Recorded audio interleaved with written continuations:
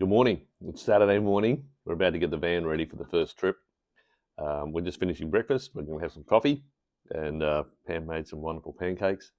We're going to finish loading the truck, pick up the van, head down south, and spend 3 days in the van getting used to it and learning all about the bits and pieces. So I hope you come along.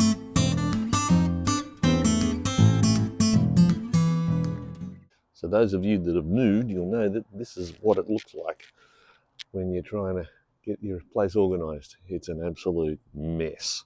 But this is all my stuff in here, and we're about to load that up as we head off on our adventure this weekend. Let's see, wish me luck. Yeah, it's not a pretty sight. So let me take this opportunity just to explain or to give you some insight into where we've been over the last number of weeks. The plan was that I would do a video a week, and obviously that hasn't happened. But we've been busy, obviously, trying to get the house ready, and we had to shift priorities somewhat to work out what we were going to sell, what we were going to trash, what we were going to donate, and then ultimately what we're going to store. Also, the van needs a little bit more thought in getting it ready. It's bigger than what we're used to, and so there's a lot more learning there that I needed to focus on. More on the van, less on video creation and learning that aspect of what I want to do here. You'll also notice here that I'm moving things in and out quite a bit.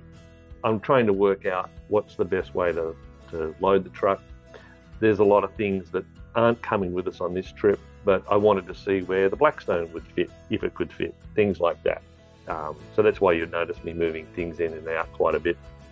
I haven't lost my mind. I'm trying to work out where's the best place to put things. I have a roll top that came with the truck. So the height that I have is only 19 inches, which means it's difficult to put some of the tubs that I have, stack those, and then where the actual top rolls, there's a section at the front of the cab which is much shorter. So that's what I'm trying to work out here, is how to best pack the truck.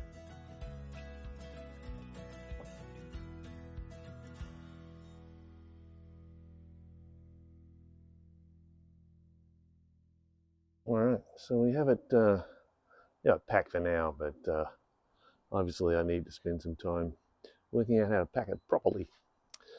But yes, so a little bit better, but not much. That's it. There we go. We're ready to go. Any particular one?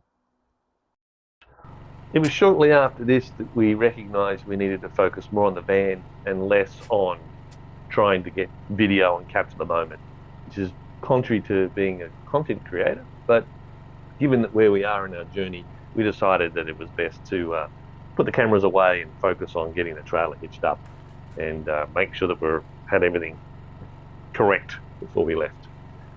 But we managed to navigate out of the facility without a problem, and you can see here we made it onto the road. Our first trip, we're heading from Maple Valley in Washington down to Lacey, which is about 55 minutes away, 55 with the van and the traffic. And it's an Airstream enthusiast club. It's the Washington Land Yacht Harbor Park, and it caters specifically to Airstreams. So we have it all connected. Finally got it all done, got it all set up. Got a problem with the hot water service, or the instantaneous hot water's not working. Tries to, but we've got to find out why it doesn't quite get hot enough. I haven't got the poop tube on yet, but this is what we got. So we're all hooked up, got the heat pump going. Here we are at the, not quite what I had in mind, but yeah, it's pretty good for just to get us all set up here. Plenty of Airstreamers around, so I need help with this hot water service. There's a wealth of knowledge available to me, apparently. That was one of the reasons we came here. So yeah, got it all hooked up, and here we are.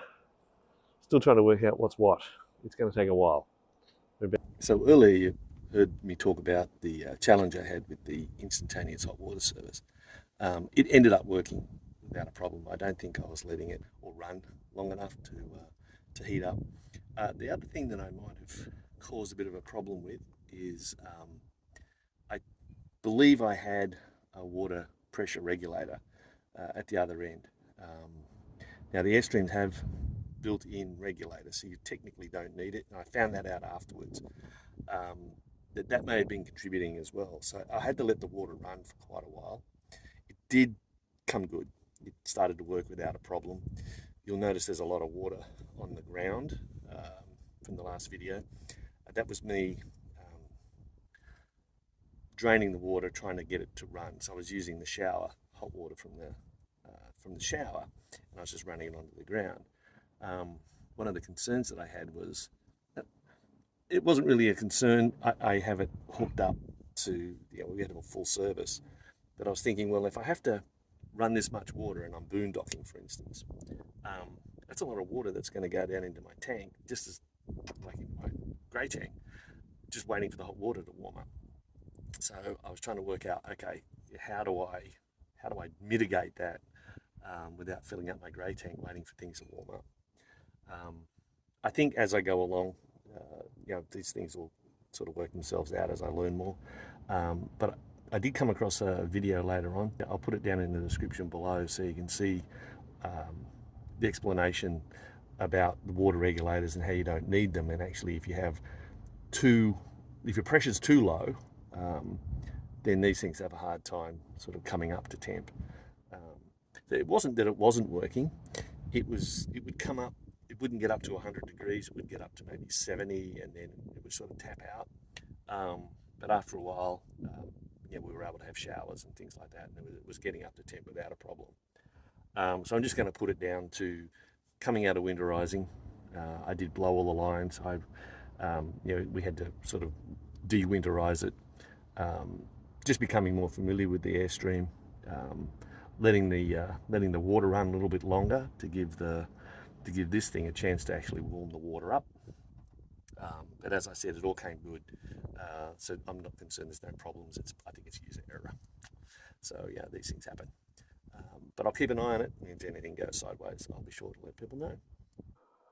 One of the reasons we bought the Airstream was to be able to travel the country and see the kids, see the family, and in particular the grandkids. So we have plenty of places here for the kids to sleep if you want to come and stay with Omar and Papa. So we have a place here, and we have another place over here. So there's plenty of places for the kids or grandkids or whomever wants to come and stay with us as we travel around. There's plenty of places for people to sleep. More than welcome. There's plenty of spaces down in here. That's the Airstream.